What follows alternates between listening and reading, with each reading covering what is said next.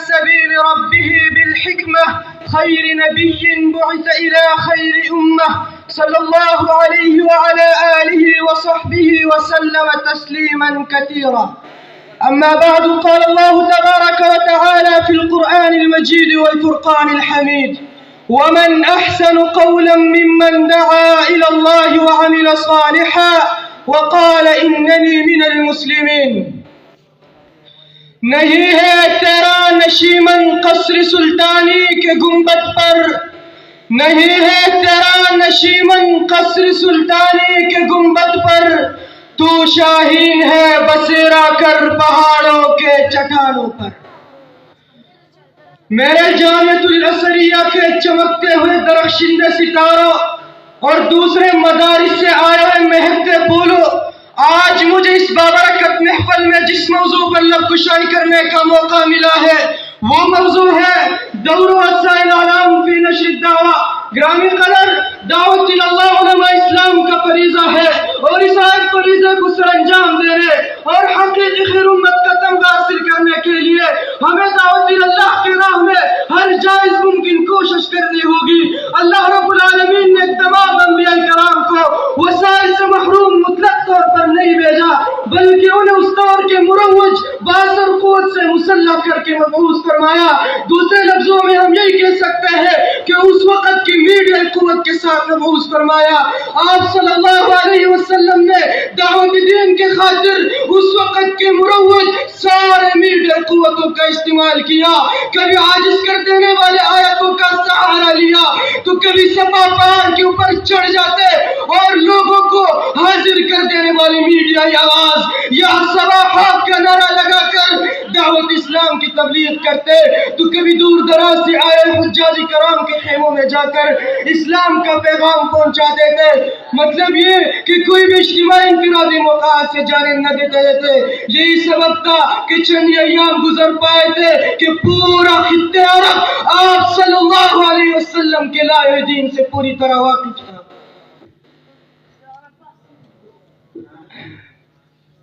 سامعین گرامی، اس بنا پر میں اپنے موضوع کو چند نکات پر مشتمل کرنا چاہوں گا۔ میرے موضوع کا پہلا نکتہ ہے دور وسائل اعلام فی نشر الدعوہ کا غرض و مفہوم۔ گرامی قدر، میڈیا انگریزی زبان میڈیم لفظ سے اخذ کیا گیا ہے جس کے سہارے انسان اپنے فکر و خیالات کو دوسروں تک پہنچاتا ہے۔ میڈیا ہر محاذ پر حریف کا سب سے زیادہ خطرناک اور مؤثر ہتھیار ہے۔ کسی ملک کے باشندوں کا ذہن وہی سوچتا ہے جو میڈیا چاہتا ہے۔ میڈیا کی ابتدائی شکل یعنی نظم و نثر کے دور میں مسلمان بھی باطل قوتوں کے ہم پلے تھے اور ان ہتھیاروں کا مؤثر طریقے سے استعمال کرتے تھے، لیکن پچھلے 2 صدیوں سے مسلمان پیچھے ہٹ رہے۔ میرے موضوع کا دوسرا نکتہ ہے آپ صلی اللہ علیہ وسلم کے زمانے میں موجودہ وسائل کا استعمال۔ اگر ہم جناب مصطفیٰ محمد صلی اللہ علیہ وسلم کی سیرت کا مطالعہ کریں تو ہمیں معلوم ہوگا کہ اللہ رب العالمین نے آپ صلی اللہ علیہ وسلم کو مبعوث کرنے کے لیے اس جگہ کا انتخاب کیا جو بھی ذات خود میڈیائی قوت کا حامل تھا، جس کی طرف پوری انسانیت کی دل فطری میلان رکھتے تھے۔ اللہ رب العالمین نے ابراہیم علیہ السلام کی مقبول دعا کا تذکرہ یوں فرمایا: فَجَعَلْ أَفْئِدَةً مِّنَ النَّاسِ تَهْوِي إِلَيْهِمْ۔ یہی وہ مبارک جگہ تھی جہاں سے ابراہیم علیہ السلام نے ایک آواز لگائی تو اللہ رب العالمین نے دنیا کے کونے کونے پر پہنچا دیا۔ فرمانے باری تعالیٰ ہے وَأَذِّنْ فِي النَّاسِ بِالْحَجِّ يَأْتُوكَ رِجَالًا وَعَلَىٰ كُلِّ ضَامِرٍ يَأْتِينَ مِنْ كُلِّ فَجٍّ عَمِيقٍ۔ اللہ رب العالمین نے سورہ نمل میں ہدہد پرندے کا تذکرہ فرمایا ہے جس کے ذریعے بڑی قوم کو راہ ہدایت نصیب ہوئی جو اس وقت کی میڈیا قوت کا مثال رکھتے ہیں۔ میرے موضوع کا تیسرا نکتہ ہے میڈیا کی اہمیت اور ضرورت۔ گرامی قدر، میڈیا اللہ رب العالمین کی ایک بہت بڑی نعمت ہے، چونکہ یہ زمانہ میڈیائی زمانہ ہے، نئی ایجادات کا دور ہے، ہر قسم کے لوگ ہمارے معاشرے میں پائے جاتے ہیں۔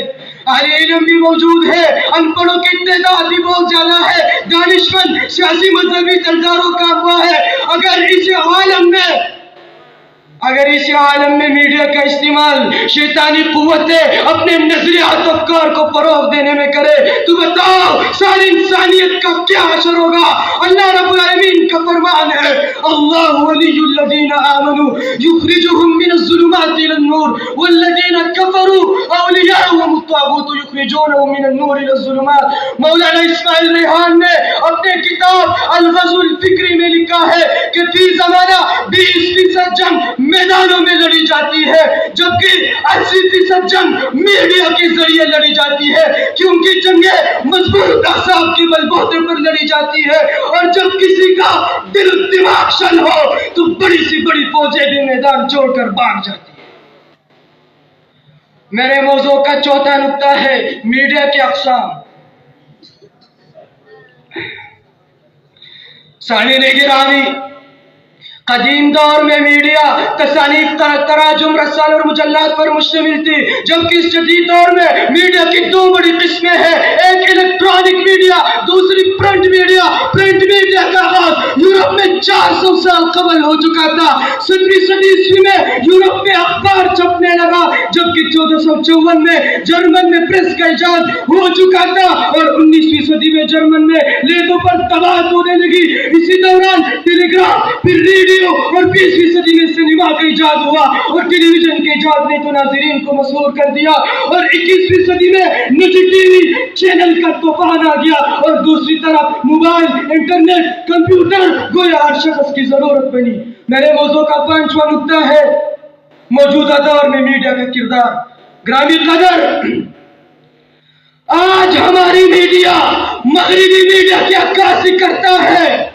40% وقت ناچ گانوں کے لیے، 30% وقت کھیل کود کے لیے، 15% وقت اشتہارات کے لیے، 10% وقت اخبارات کے لیے، اور صرف 5% وقت تبدیلی پروگراموں کے لیے مختص کیا ہے۔ دوسری طرف امریکی میڈیا روزانہ 17 لاکھ روزنامے، نیویارک ٹائمز کے نام پر 7 لاکھ جنرل نیوز اور 10 لاکھ ڈیلی نیوز روزانہ چھاپتے ہیں، اور آج امریکہ میں 1100 سے زیادہ ٹی وی چینل ہے، اور دوسری طرف آج دنیا میں سب سے زیادہ مقبول اور معیاری سمجھے جانے والی خبر رسائی ایجنسیاں آج یہودیوں کی ہے۔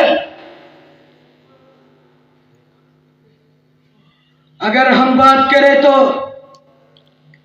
اب وہ دور آ گیا کہ اب ہم پوری طرح سے دنیا پر اسلام کا ڈنکا بجا لیں، دینی ویب سائٹ کی تشکیل دے، اسلامک گروپ بنائے، اسلامک پیجز بنائے، فیس بک اور ٹویٹر کے ذریعے پورے دنیا سے مخاطب ہو جائے، تب جا کر، اور ساتھ ہی اہل علم کی وضع کرتے اس قاعدے کا خیال رکھے کہ ان الوسائل بحسب المقاصد، تب جا کر ہم میڈیا کا کچھ حق ادا کر سکیں گے۔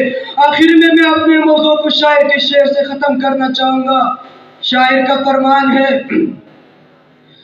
خودی کو کر اتنا بلند کہ ہر تقدیر سے پہلے، خودی کو کر اتنا بلند کہ ہر تقدیر سے پہلے، خدا بندے سے خود پوچھے بتا تیری رضا کیا ہے۔ والسلام۔